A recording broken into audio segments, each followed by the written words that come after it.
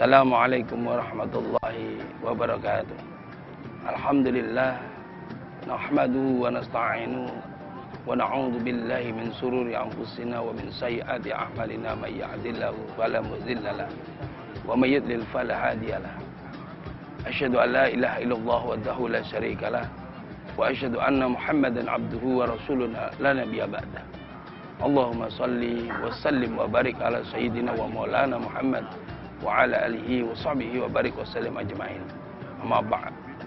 Fa ya ayyuhal hadirun ittaqillah haqqa tuqatih wa la tamutunna illa wa antum muslimun. Para pemirsa Zakat TV yang dirahmati Allah, dari lantai 3 Masjidil Haram, saya Yunus Muhammad Bakaur ingin menerangkan kepada kalian semua, kepada anda semua, ke antum semua, tentang beberapa hal yang salah di dalam pelaksanaan ibadah umroh maupun haji.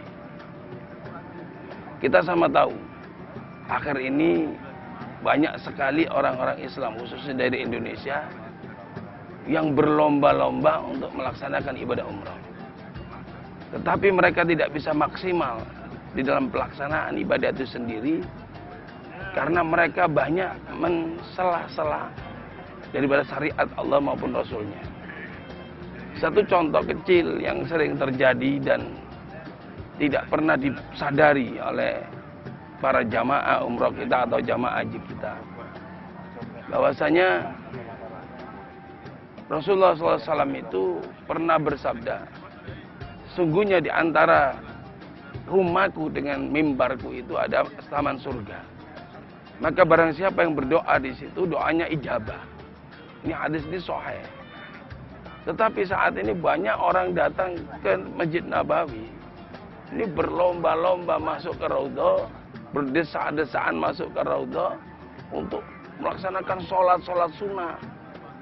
Berkali-kali diulang sholat satu dengan yang lain sampai di berdesak-desakan, sehingga tidak akan pernah khusyuk mereka di sana. Padahal perintah di sana itu hanya untuk berdoa. Jadi tegas hadis mengatakan bahwa jarak antara rumahku dengan mimbarku ada taman surga. Barang siapa yang berdoa di situ maka doa ijabah. Tetapi manusia lupa bahwa doa ijabah waktu di mana ada tempat-tempat lain doa kita bisa dijabah oleh Allah. Salah satunya di antara waktu azan dan iqamah. Jadi tatkala kita mendengarkan azan, setelah azan kita berdoa, kemudian kita berdoa memohon kepada Allah sampai datang waktu iqamah. Itu doa kita diijabah oleh Allah. Ada juga saat-saat di mana setelah kita melaksanakan sholat, atau saat kita habis membaca Al-Quran, daripada kita berdesak-desaan di Raudhah, kita perlu waktu banyak di sana. Kalau itu kita gunakan untuk membaca Quran di dalam masjid, kita cari tempat yang agak enak, kita duduk di sana, kita baca Quran, kita bisa baca, dapat beberapa ayat Al-Quran kita baca. Mungkin bisa dapat 1 juz atau 2 juz. Kemudian setelah selesai kita berdoa memohon kepada Allah, ya Allah, berkati hidup saya, ya Allah, beri saya jalan terbaik dalam hidup, ya Allah, berkati rumah tangga saya, ya Allah, mudahkanlah urusan saya. Ini sebagaimana janji Rasulullah, janji Allah pada Rasul, orang di sana setelah membaca Al-Quran ini doanya ijabah. Begitu pula di tempat-tempat lain, di saat-saat lain. Rasulullah Muhammad SAW menyatakan dalam sabdanya, saat terdekat bagi seorang hamba dengan Khaliknya itu, dengan penciptanya adalah waktu sujud. Maka perbanyaklah doa di saat kalian sujud. Sehingga kalau kita waktu sujud di waktu sholat, khususnya mungkin di waktu sujud terakhir, kemudian kita banyak berdoa di situ. Kita menyampaikan hal-hal yang perlu kita sampaikan kepada Allah. Insya Allah doa kita ijabah itu. Karena apa? Saat itu saat yang terdekat antara kita dengan Allah yang menciptakan kita. Nah, ini sangat-sangat tidak pernah dipahami oleh banyak orang. Mereka mencari tempat-tempat yang sebetulnya justru tidak diijabah doanya karena tidak khusyuk, karena terjadi berdesak-desaan.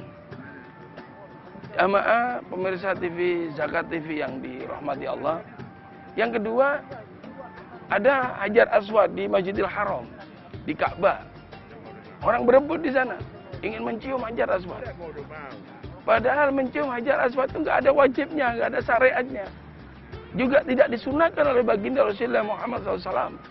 Hanya beliau bersabda, apabila orang itu bertawaf mengelilingi Ka'bah, dan apabila punya kesempatan untuk berhenti mencium Hajar Aswad, maka ciumlah.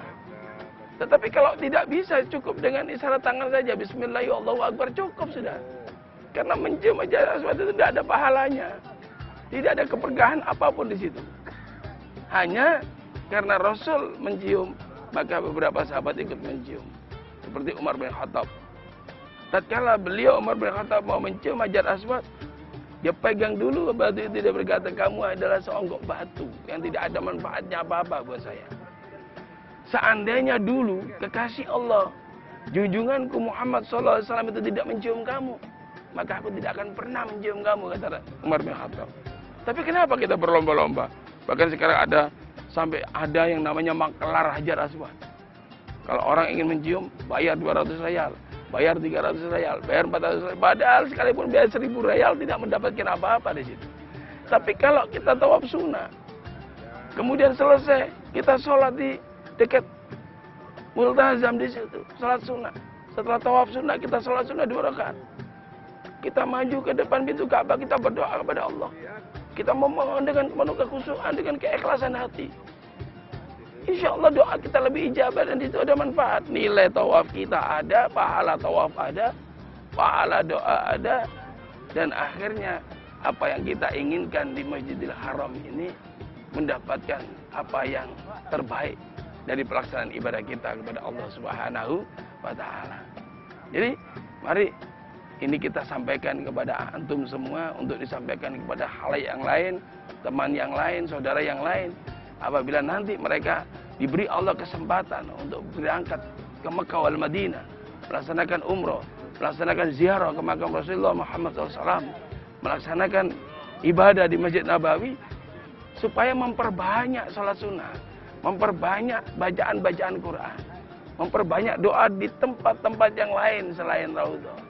Tetapi kalau kita punya kesempatan masuk Raudhah dalam keadaan yang lapang, dalam keadaan yang tenang, dalam keadaan yang memang bisa kita doa khusyuk di sana, juga tidak dilarang. Tetapi tidak ada perintah untuk sholat di dalam Raudhah itu sendiri.